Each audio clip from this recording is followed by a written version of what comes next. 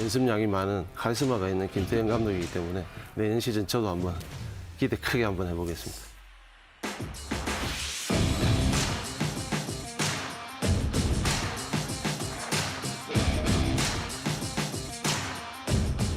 김태형 감독이 생각하는 3년 안에 우승은 충분히 가능하다고 생각합니다.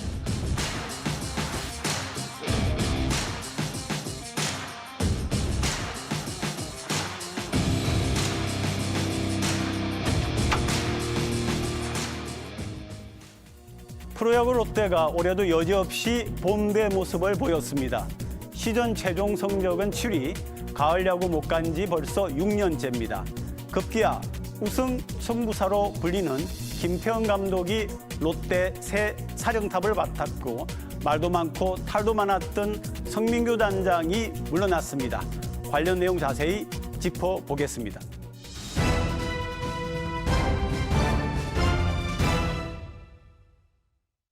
심층토론 오늘은 롯데 야구를 분석하겠습니다. 지난 7월에 나왔던 두 분 오늘 다시 모셨습니다. 양상문 전 롯데 감독, 현 여자 국가대표 감독 나오셨습니다. 안녕하세요. 염종석 동의과학대 감독 나오셨습니다. 안녕하세요. 롯데 경기 올해도 보면서 팬들이 무슨 얘기를 하시느냐 하면은 과연 롯데는 우승을 하고 싶은 마음이 있는 건가? 이런 얘기를 합니다. 어떻게 보세요? 네. 제가 볼 때는 마음은 분명히 있습니다. 그리고 특히 최근에 이제 SSG 랜더스가 KBO 리그에 합류가 되었고 또 우승을 하지 않았습니까? 그 이후로는 과거보다 더 우승을 꼭 해야 되겠구나 하는 생각을 저는 한다고 보거든요. 그러나 그게 하루아침에 되는 건 절대 아니라는 걸 또 분명히 말씀을 드리고 싶습니다. 매년 뭐 우승을 하고 싶다는 생각은 KBO 10개보다 모두 다 가진 거라고 네, 생각합니다. 네. 시즌 초가 아니라 1월달, 뭐 2월달 이렇게 훈련 시작할 때부터 가진다고 보는데 결국에는 프론트나 그죠 스텝이나 선수 이 삼위일체가 돼야 되는데 이 뭐 가족끼리도 피를 통한 가족끼리도 네. 사실 마음이 안 맞는 게 있는데 이게 참 어렵다고 볼 수 있습니다. 이 김태형 감독의 취임식 때 얘기했던 뭐 우승이 밥 먹듯이 할 수 있는 것도 아니고 그만큼 어려운 건데 뭐 염원하고 있으니까 내년에 또 한번 도전해 보면 될 거라고 생각합니다. 두 분 다 사실 그 감독의 경험이 있으시잖아요. 우리 양 감독님은 롯데와 LG 감독을 지내셨고 염 감독님은 92년에 한국 시리즈 우승을 하셨던 적이 있죠. 그렇죠. 그리고 두 분 지금 현재 야구 해설을 하고 있고요. 롯데가 새로운 감독으로 김태형 감독을 이번에 영입했습니다. 자료화면 한번 보실까요? 우승이 그렇게 뭐 마을같이 이렇게 쉽게 되는 건 아닙니다. 그러나 저도 이 자리에서 우승이 목표라고 말씀드리겠습니다. 내년에 좋은 구상을 해서 정말 좋은 성적을 낼 수 있는 그런 자신감이 있습니다. 네, 김태형 감독은 2015년 이후에 두산을 3번 우승시키고 그리고 또 4번 준우승을 시킨 또 특이하게 포수 출신의 감독이더라고요. 어떻게 평가하십니까? 지금 말씀하신 것처럼 김태형 감독은 15년도 장원준 선수가 두산에 합류가 되면서 사실 그 막강한 두산의 왕조가 만들어졌고요. 그 팬들이 원했던 감독이 이제 마침내 롯데 사령탑이 되었는데 KBO 리그 역사를 보면 네. 예전에 그 혜태를 제외하고는 사실 투수 출신, 보수 출신 감독들이 팀을 맡았을 때 성적이 좋았습니다. 네. 네, 그런 부분도 무시를 할 수가 없고요. 특히 김태형 감독이 두산 시절에 성적을 보면 팀 보수들만 WAR, 그러니까 승리 기여도가 다른 팀과 비교해서 현저히 차이가 나거든요. 네. 그러면 롯데가 지금 문제점 중에 하나가 또 포수의 좀 걱정거리가 있지 않습니까? 그런 부분도 완전히 완성된 팀으로 저는 만들 수 있다고 저는 봅니다. 아주 뭐 단기간에 어떻게 보면 우승, 준우승 많은 어떤 성과를 낸 분이기 때문에 어떻게 보면 롯데에서는 바라고 바랬던 그런 감독이 이번에 왔지 않았나 이런 생각은 네네. 하는데 아무튼 올해 롯데가 제일 큰 걸 보면 여러 가지 문제가 있겠지만 좀 디테일한 야구, 작전 야구 이런 게 좀 부족했다고 볼 수 있는데 김태형 감독이 우승을 했고 준우승을 했고 물론 선수들이 잘 해줘야 되겠지만은 그 선수들을 끌어가고 그 요소요소의 작전, 뭐 선수 기용이라든지 이런 걸 아주 잘했기 때문에 성적이 난 감독이지 않습니까? 이런 감독들을 우리 팬분들이 원했는데 마침 이렇게 와줬기 때문에 내년 시즌 또 많이 기대가 됩니다. 네, 2023년 순위가 나오고 있습니다. 럭키 세븐이네요. 롯데가 7위를 네, 했습니다. 네, 했는데 자, 롯데의 가을 야구 실패 좀 전반적인 평가를 해주신다면 무슨 말씀 해주시겠어요? 네. 우선은 뭐 다 아시겠지만 구단 내에 항명 사태가 생기면서 사실 팀이 와게 됐다. 네. 저는 그것이 가장 큰 결정적인 이유라 보고요. 그 사후 조치도 사실 좀 미비했거든요. 네, 그런 부분은 팀이 성적을 내는데 아주 마이너스 요인이 되었다고 저는 보고, 또 하나는 이제 계속 말씀드리는 이제 7월 이후에 날이 더워지면서 롯데가 성적이 떨어지는 부분은 네. 과거에도 그런 어떤 기록이 존재를 했는데 왜 올 시즌도 그런 준비를 하지 못했느냐. 뭐 이제 그런 부분이 진단이 확실하게 돼야 될 것 같습니다. 제 생각에는 아무래도 뭐 많은 어떤 문제점이 있겠지만은 전체적으로 팀으로 봤을 때는 뭔가 엇박자 난 부분이 뭐 한 시즌 내내 있었다고 볼 수 있거든요. 어떤 선수의 부상이 오면은 어떤 시니어급 선수 아니면 2군에서 올라온 선수들이 그 역할을 메워주고 하는 팀들이 결국에는 상위팀에 올라간다고 볼 수 있는데, 이 투수 부분에서도 나균환 선수가 4월에 끌었고 또 박세웅 선수가 좀 약했고, 그죠? 또 외국인 원투펀치가 좀 팀을 전체 1년간 좀 끌어줘야 되는데 그런 것도 좀 약했다고 볼 수 있고, 그러니까 좋은 선수들이 아주 좋게 한 시즌을 마무리했더라면은 분명히 상위권이 있었을 텐데, 이런 엇박자가 났을 때 또 2군 자원, 상동에서 자원이 올라왔을 때 이 역할들을 다 메워주지 못했지 않나. 뭐 전체적으로 봐서는 좀 엇박자 난 한 시즌이었지 않겠나 이 생각입니다. 네. 이제 좀 구체적인 얘기를 나눠보면은요. 아까 또 그 거포 얘기가 나왔는데 사실은 처음에 구드름 선수에 대한 기대가 있었는데 홈런이 하나도 없었습니다. 근데 이제 외국인 선수라는 거는 사실은 우리 리그에 어떻게 적응하느냐가 참 중요하지 않습니까? 네, 그러니까 네. 프론트에서 구드름 선수를 1년 동안 지켜봤다 이런 확신을 가졌었거든요. 네. 근데 이 외국인 선수가 KBO 리그에 와서 잘하느냐 못하느냐 일 우선, 이 선수가 오자마자 부상의 문제가 있었기 때문에 네. 정상적인 어떤 자기의 능력을 발휘하지 못한 거 아니겠습니까? 사실 그게 이제 책임을 져야 된다는 부분이고요. 제가 알기로도 구드름 선수의 어떤 갖고 있는 기량 능력은 충분히 KBO 리그에서 잘할 수 있는 선수였는데 이 부상이 발목을 잡았다. 네. 그러면 외국인 선수라는 거는 사실은 실력 이전에 한 시즌을 정확하게 잘 뛸 수 있는지 없는지 이 메디컬 체크부터가 정확하게 돼야 된다.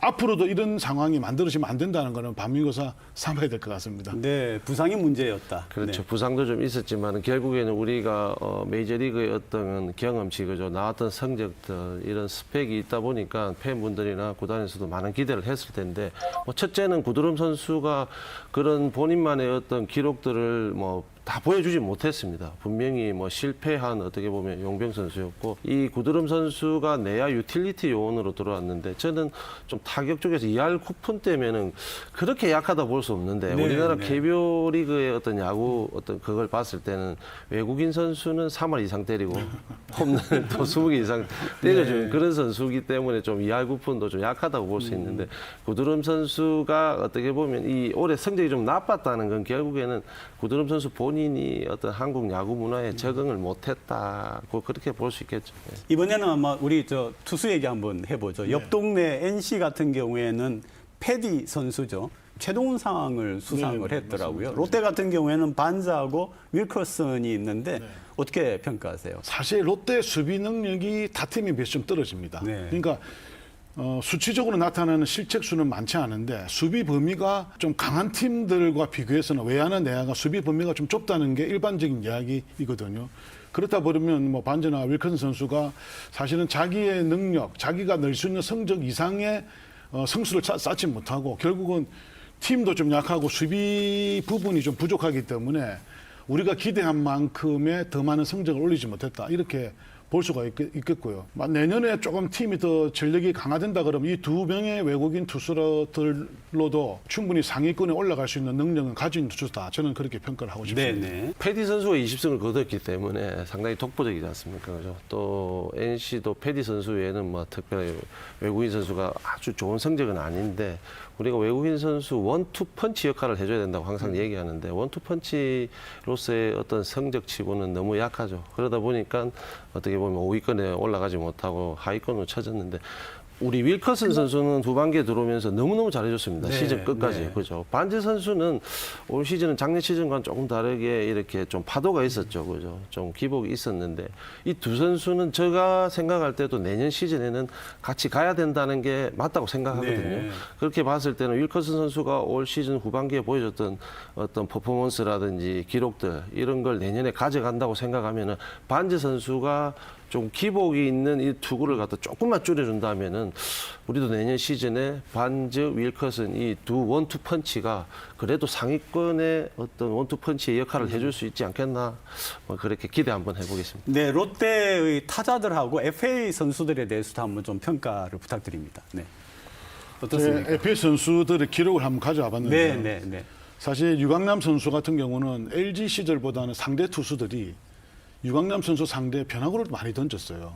그런데 네. 올 시즌 유강남 선수가 홈에서는 성적이 괜찮은데 의외 성적이 좋지 않았던 부분. 그러니까 직구를 던졌을 때 타율은 3할 2푼 6리인데 슬라이드 1할 9푼 6리, 체인지업 1할 9푼 4리. 네. 그게 변화구의 약점이 있는데 더군다나 롯데 유니폼 입으면서 상대 투수가 또 변화구를 더 많이 던졌기 때문에 유강남 선수가 자기 역할을 다 못했다 타격적으로. 네네. 그리고 아무래도 이제 팀을 바꾸면서 생소한 투수들, 어떤 생소한 부산의 야구 문화 이런 부분이 조금 성적이 좋지 않았던 것 같고요. 또 노진혁 선수는 처음에는 정말 좀 잘했다는 생각이 들지만 우투수에게는 2할 9푼의 타율을 보였지만 좌투수에게는 2할 1푼 1, 2 네. 성적이 아주 저조했죠. 네. 그리고 또 하나 노진혁 선수가 이기는 날에는 3할 1푼 5리인데 롯데가 지는 날은 노진혁 선수 타율 1할 8푼 7리예요. 네. 그러니까 노진혁 선수 개인으로 보면 본인이 야구를 잘해야 롯데가 이길 수 있다는 이런 어떤 책임감을 또 가져야 될 것 같고요.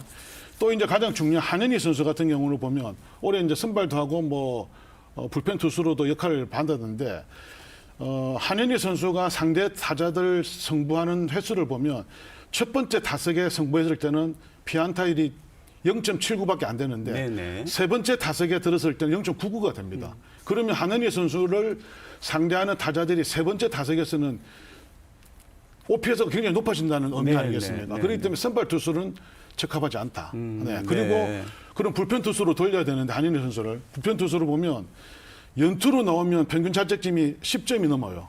근데 이틀 쉬고 나오면 1.80으로 떨어지고 3일을 쉬면 2.08로 떨어집니다. 네. 그러면 한현희 선수는 불펜 투수로 사용을 해야 되지만 이 불펜 투수도 연투를 시키면 안 된다. 이런 데 기록이 나오는 네. 거죠. 네. 뭐 먼저 유강남 선수부터 얘기해 보면은 이제 손성빈 선수라든지 장보건 선수라든지 이런 좋은 선수들이 지금 어떻게 보면은 경험들 많이 했고 내년에는 백업을 충분히 해줄 수 있거든요. 뭐 유강남 선수가 내년에는 조금 더 안정적으로 본인의 어떤 체력 안배를 해가면서 포수 부분을 맡아준다면은 올 시즌에 사실 좀 미비한 점이 많았다고 보여집니다. 팀도 많이 옮겼고 네. 팀도 이번에 옮겼고 하기 때문에 그러나 내년 시즌에는 좀 밝다. 그게 유강남 선수 뒤에 있는 이 두 선수. 그리고 뭐 나머지 선수들도 받쳐주겠지만 이 두 선수가 있기 때문에 마음이 좀 편하다 보니까 좀 체력 안배도 되고 해서 유강남 선수가 올 시즌에 분명히 타격이나 수비 쪽에 좀 미비했지만 내년 시즌은 기대가 될 것 같고요. 그리고 노진혁 선수는 제가 이제 크게 그냥 스태티즈를 좀 찾아봤는데 본인의 어떤 하이 커리어 시즌이 네. 2019년이더라고요. 2019년도에 이렇게 봤을 때 본인의 어떤 타율이라든지 모든 공격 지표하고 올 시즌하고 크게 틀린 건 없더라고요. 크게 틀린 건 없는데 결국엔 우리가 FA 50억이라는 돈을 주고 데리고 왔을 때는 그 기대치가 좀 많이 올라가다 보니까 그렇죠, 그 그렇죠. 기대에는 네. 미치지 못했다. 네, 네. 뭐 이렇게 생각하면 될 것 같은데 내년 시즌에도 결국 노진혁 선수가 유격수에서 어떤 내야수라든지 모든 야수들의 어떤 사령관 역할을 좀 해줘야 된다 생각하거든요. 그러나 항상 우리가 네. 걱정해야 되는 허리 부상이 있기 때문에 내년에도 두 선수에게 어떤 체력 안배의 시간을 주면서 좀 올 시즌보다는 좀 더 좋은 기록들을 좀 낼 수 있게 네. 그런 기대를 좀 한번 해봐야 될 것 같습니다. 근데 이번에 유강남 선수는 이제 김태형 감독이 왔기 때문에 네. 아마 지금부터 준비해야 될 겁니다. 네. 악소리 날 겁니다, 이제.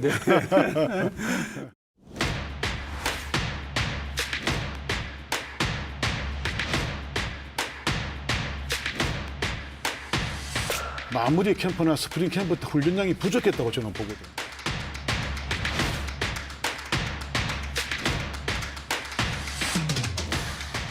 운동선수로서 마음가짐, 그것만 좀 더 독하게 가진다면은 내년에는 이런 성적 네.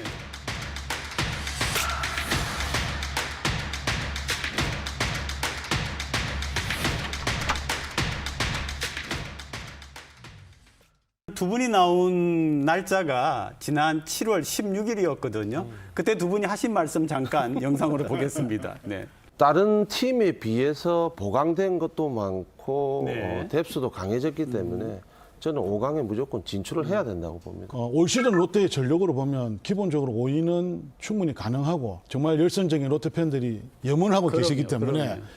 네, 5위 해야 되고 또 충분히 가능하다. 네, 두 분이 그런 말씀하셨는데 지금 보니까 어떻습니까? 근데 롯데 팬들의 염원으로는 오기가 힘든 것 같네요. 결국은 실력이 있어야 되는데 네. 그때 말씀드리고 난 이후 그때도 제가 좀 강조했던 부분이 그 이후부터라도 좀 베스트 라인업을 좀 고정을 시켜야 된다고 제가 네네. 말씀을 드렸는데 네네. 사실 그 이후도 그렇게 변한 게 없었거든요. 그러니까 고정 멤버가 계속 나가지 못했다는 부분이 결국은 마지막에 성공을 거두지 못했다. 저는 네. 이렇게 지금도 똑같은 생각을 똑같은 가지고 말씀. 있습니다. 네. 네. 제 같은 경우에는 뭐 일단 죄송하다고 얘기해야 될 아니 뭐 사과하실 것까지는 없으신데. 우리가 뭐 전문가라고 여기 방송에 나와 있지만 다 아닙니다. 맞아 떨어지는 건 아니지만은 그만큼 어떤 멤버 전체를 봤을 때 그리고 시즌 시작할 때 어떤 기세들을 봤을 때 5강 진출은 무난하지 않겠나, 5강 네. 진출을 꼭 해야 되지 않겠나 네, 네. 이런 생각이었는데 양성훈 감독님께서 얘기하셨듯이 우리 부산 팬분들의 염원을 이 선수들이 다 받아들이지 못한 것 같은데 내년에는 좀 더 이 염원을 절에 가서 네. 빌더라도 좀 염원을 좀 더 크게 가져야 될 것 네, 네. 같습니다. 예. 내년에는 가을 야구 꼭 가야 되지 않겠습니까? 그러려고 하면은 약점을 좀 짚어봐야 되는데 항상 보면은 점수를 많이 주고 그 다음에 쫓아가려고는 하는데 역부족. 예를 들면은 8점 주고 6점까지 쫓아가다가 지는 이런 야구입니다. 왜 그렇습니까, 롯데가? 결국 뭐 점수 많이 주고 뒤에 따라가다가 팬분들 열고하다 이제 네. 집에 귀가하시고 하는데 그게 결국에는 선발 투수들이 지금 뭐 말씀하셨지만 선발 투수들이 점수를 너무 많이 주다 보니까 이제 따라가다가 뭐 거기 턱 밑까지 갔다가 지는 경기라고 얘기하는 건데 네. 이 그럼 결국 간단한 것 같습니다. 선발 투수들의 어떤 초반 페이스들. 본인이 어떤 집중해야 될 이런 페이스들을 조금 더 끌어올려야 되는 거. 그것도 뭐 결국 연습량이겠죠. 네, 네. 김태형 감독의 어떤 연습량이 틀려질 테니까 그것도 한번 기대해 볼 수 있을 것 같고요. 그러면 타자가 마찬가지 후반에 따라가던 걸 초반부터 좀 더 집중을 하고 뭐 결국엔 우리가 우승을 해본 감독을 모신 게 디테일하고 작전 야구를 네. 조금 더 하자는 취지였는데 이걸 초반부터 조금 뭐 스몰볼이든 아니면 뭐 그날 컨디션 따라 상대팀 투수 따라 틀리겠지만은 뭐 공격력으로 가든 초반에 먼저 점수를 많이 뽑고 이런 식으로 가면 된다는 건데 이게 결국에는 뭐 게임마다 우리가 원하는 대로 다 되지는 않겠지만 결국 선수들이 운동장에서 플레이 집중력이 제일 크다고 볼 수 있거든요. 자비로운 롯데라고 하는 좀 얘기가 표현이 있습니다. 뭐냐면은 KT 같은 경우에 꼴찌였다가 롯데에게 승수를 쌓아가지고 계속 이기는 경기를 가을 야구로 갔다 이렇게 얘기를 하거든요. 롯데 유니폼 보면 유니세프를 달고 있지 않습니까? 네, 굉장히 남을 돕고 좋은 일을 하는 건데 아니 경기에서 그럴 필요가 있느냐 이제 이런 자조적인 얘기가 있더라고요. 자, 롯데가 4월, 5월 성적이 좋았는데 그때 당시도 왼손 선발 투수에게는 1승 8패입니다. 네, 리그 10위예요. 그리고 성적이 내내 1년 시즌 내내 언더 투수 상대 어떤 성적을 보면 상대 타율이 2할 4푼 9리 리그 9위입니다. 네네. 그러니까 좌투수에 언더 투수에 약했다. 결국은 뭐 KT에게 약할 수밖에 없는 상황이라고 봐야 되는데 자 그러면 이게 약하다. 왜 안 맞을까? 이렇게 넘어갈 것이 아니라 전력 분석을 통해서 상대 투수 왼손 투수 상대 언더 투수는 어떻게 공략해라는 것을 경기 전에 선수들에게 코칭 스텝이든지 프런트에서 네. 확실한 어떤 인식을 줄 필요가 있는 거죠. 그것도 아니고 왜 지지? 약한데 이렇게 고민만 해서는 해결책이 없다는 겁니다. 네, 네. 자 올해부터 이제 내년 스프링 캠프 가기 전부터 훈련도 중요하지만 프런트에서 해야 될 일은 확실한 어떤 전력 분석을 통해서 선수들에게 확실성을 주는 것 이런 부분도 준비를 해야 된다고 생각이 듭니다. 결국에는 플레이는 운동장에서 선수들이 합니다. 그죠? 선수들이 어떤 작전 야구를 펼칠 수 있는 루상에 주자 나간다든지 홈런을 때릴 수 있다든지 이루타 때릴 수 있다든지 이런 걸 해줘야 깔아줘야지 스텝에서 작전을 짜든 투수를 어떻게든 바꾸든 할 거지 않습니까? 저는 선수들이 좀 더 선수들은 결국에는 엔트리 27명이 있다 생각하면은 이 특정 팀에게 우리가 이렇게 지고 있다는 건 알겠지만은 네네. 본인의 개인 성적들을 더 생각할 거라고 저는 생각하거든요. 그러니까 스텝이 어떤 이 팀에게 연패를 끊는다 하는 생각만큼 선수들 플레이를 하고 있는 선수들도 좀 간절한 마음을 가진다면은 지금 이렇게 확실하게 뭐 3승 13패까지 밀릴 일은 없다고 보는데 운동선수로서 마음가짐 그것만 좀 더 독하게 가진다면은 내년에는 이런 성적 네, 우리 롯데의 그 승패에 대한 자료 한번 마지막으로 보고 마무리 발언 들어가겠습니다. 상대 팀에 대한 승패가 이렇게 나와 있는데요. KT하고 LG에게 많이 좀 약했네요. 플레이하는 건 선수가 맞는데 이 선수들은 아직 안목이 좀 좁은 편이거든요. 네, 아무래도. 네. 그러면 어떤 정보를 줄 때 확실히 실패를 해도 책임은 충분히 감독이 코치가 지고 너희들이 야구의 장에서 어떤 플레이를 하든지 우리는 항상 응원한다는 식으로 이 확신을 줘야 되는데 저는 그런 부분이 좀 부족하지 않았나. 특히 왼손 투수가 나온다 그러면 만약에 가능하면 우타자로 일변도로 또 타선을 짜겠죠. 그런 것이 중요한 것이 아니라 상대 투수, 왼손 투수, 언더핸드 투수가 던지는데 어떤 상황을 가지고 공략을 해라. 이렇게 좀 더 좀 지엽적으로 선수들에게 오더를 내린다 그러면 좀 해결이 될 수 있지 않을까 생각이 듭니다. 104경기를 치르는 프로야구의 어떤 게임이다 보니까 뭐한 시즌을 길게 가지 않습니까? 우리가 마라톤 얘기도 많이 하는데 항상 보면 스텝이나 선수나 한결같은 마음, 한결같은 컨디션을 유지하기 위해서 상당히 노력은 하는 편이에요. 근데 앞에서 말씀하셨다시피, 우리 말씀드렸다시피 어떤 특정 팀에게 상당히 밀리면은 스텝은 되게 긴장을 할 수밖에 없는데 네네. 이걸 어떻게든 우리가 페인 분석이라든지 이런 걸 작전 분석이라든지 다 해가지고 선수들에게 분명히 넘겨주고 하거든요. 선수들도 그걸 따르려고 하기는 할 텐데 KT에게 밀린 것도 페인 분석을 잘못했다, 뭐 스텝이 작전을 잘못했다, 아니면은 선수들이 어떤 플레이에 있어서 좀 느슨했다 하는 이런 모든 게 다 집합이 되면서 성적이 좀 나빠졌거든요. 결국에는 우리가 앞에서 제가 말씀드렸듯이 어떤 선수들이나 스텝이나 모든 게 어떤 한 팀에게 극적 밀리게 되면은 우리가 염원하는 5강 갈 수가 없지 않습니까? 결국 KT도 결국 5강 위에 있는 팀들이기 때문에 이 팀들에게 상당히 많이 밀리다 보니까 우리가 밑에 내려가 있거든요. 그러니까 내년에 또 이런 팀들이 생길 수가 있다고 보거든요. 네네. 이런 팀들이 없는, 이런 성적들이 없는 팀을 만드는 게 결국에는 롯데가 5강을 올라갈 수 있는 힘이 되지 않겠나 생각이 듭니다. 자, 우리 그 옆 동네 NC 같은 경우에 잘 나가고 있죠. 그래서 NC 좀 본받아라 이런 얘기도 많이 하시고요.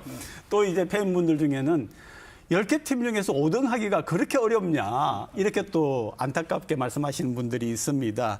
네, 두 분 마무리 발언 청해 듣겠습니다. 뭐 올 시즌 이제 끝났는데 결국에는 FA로 많은 선수들 뎁스도 강화하고 좋은 선수 들어왔지만 성적은 뭐 결국 5강에는 못 들었는데 일단 네네. 우리가 또 스텝을 김태형 감독으로 올 시즌 이제 바꿨습니다. 내년 시즌 일단 김태형 감독이 어떤 스텝들을 짜는 데 대해서 또 더 큰 기대가 될 수 있고요. 이 선수들이 김태형 감독과 새로운 스텝들과의 어떤 호흡들 그리고 연습량을 조금 더 가져가면서 올 시즌 같은 어떻게 보면 팬분들이 바라는 5강 네네. 떨어지지 않고 내년 시즌 꼭 5강에 들어가서 가을 야구를 좀 펼쳤으면 하는 바람입니다. 김태형 감독은 취임하면서 3년 안에 우승을 하겠다. 당연히 감독으로서 해야 될 이야기입니다. 자, 롯데가 32년간 우승을 하지 못했거든요. 그럼 지금부터라도 16년 후에는 우승을 할 수 있는 생각, 네네. 또 8년 후에는 우승을 할 수 있는 생각, 또 4년 후에는 우승할 수 있는 생각과 프로젝트를 지금부터 만들어야 된다.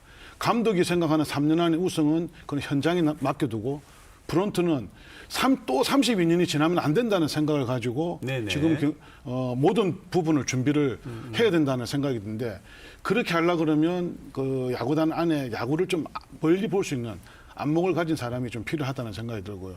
그렇게 해야지만이 지금 감독이 원하는 3년 안의 우승을 스포트해 줄 수 있다. 네, 이런 생각이 듭니다. 네. 저는 김태형 감독이 생각하는 3년 안의 우승은 충분히 가능하다고 생각합니다. 두 분 덕분에 롯데 야구 올해 재밌게 또 알차게 분석을 해봤습니다. 두 분 고맙습니다. 네, 감사합니다. 고맙습니다. 네.